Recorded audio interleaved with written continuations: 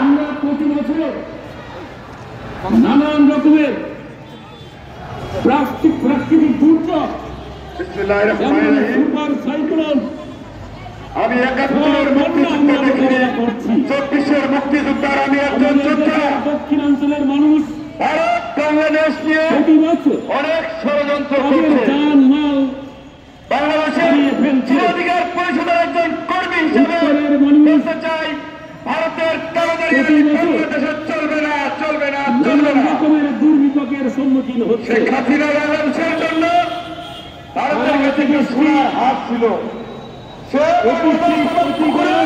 সোনার ডিম করত, সেই ডিম ওই ভারত বসে বসে হাত বাড়া করত। এখন তো আর হাসিনা বাংলাদেশে নাই, তার সোনার ডিমও নাই।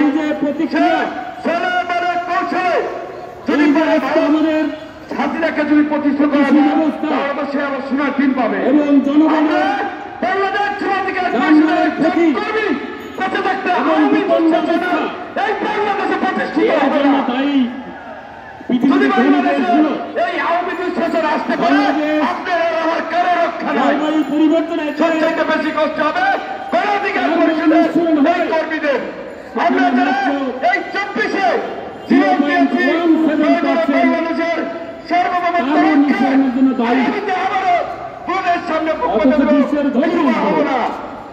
ভারতীয় আকাশের উপস্থিত সকল সহযোদ্ধা এসেছেন দেশের দূরপ্রান্ত থেকে সকলকে সংগ্রামী সালাম ও শুভেচ্ছা জানিয়ে আমি আমার সংক্ষিপ্ত বক্তব্য শেষ করছি। ধন্যবাদ সবাইকে। এবং আজকে বিশ্ব আমাদের মাঝে উপস্থিত হয়েছেন বিপন্নকর অবস্থায় নিয়ে যাচ্ছে এম শামসুল আলম নিক্সন, বন্ধুগণ, সভাপতি এই জাতীয় যুব পরিষদ। প্রতিক্রিয়ায় আমাদের মাঝে আরো উপস্থিত হয়েছেন ভূমি ব্যবস্থায় মাওলানা রাকিবুল ইসলাম, অফিস ও প্রকাশনা সম্পাদক, বাংলাদেশ ক্লাব যুব মজলিস। জানেন আমাদের মাঝে কৃষি সভার মধ্যবর্তী রয়েছে এই জলবায়ু পরিবর্তন অধিকার পরিষদের সংগ্রামী সভাপতি জনাব জমিতে লবণাক্ততা হয়ে গিয়েছে। এ পর্যায়ে সমুদ্র একটি প্রতিনিধি নিয়ে আসেন এবং সাংস্কৃতিক বিষয়ক সম্পাদক আগামী আলমগীর হোসেন, 2050 সালের জনাব মধ্যে আলমগীর হোসেন।